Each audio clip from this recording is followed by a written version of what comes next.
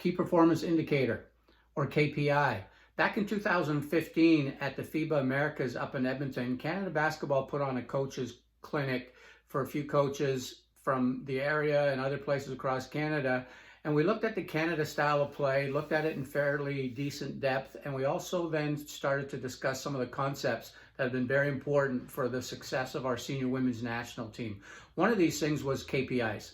And what a KPI is looking at a statistical category that you don't see on a stat sheet. For example, let's just take shooting the basketball. The field goal percentage, free throw percentage, any of those things. What it looks at is your percentage, but it doesn't break it down in terms of what may or may not contributed to the success or the failure of your shooting percentage.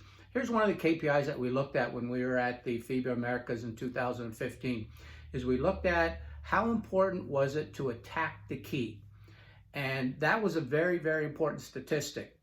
The following year, we did the same thing, and we looked at the China versus Canada women's series up in Edmonton before the Rio Olympics. And again, a number of us coaches were in attendance, and we had to do some statistics that had to do with KPI.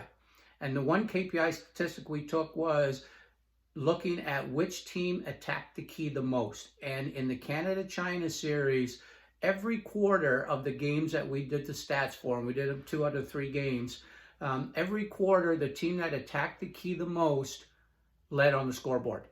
And Canada actually was fairly dominant that series, but they got into the key way more than China did. The other stat we looked at from a KPI perspective is when you do get into the key, if there's any traffic at all, what do?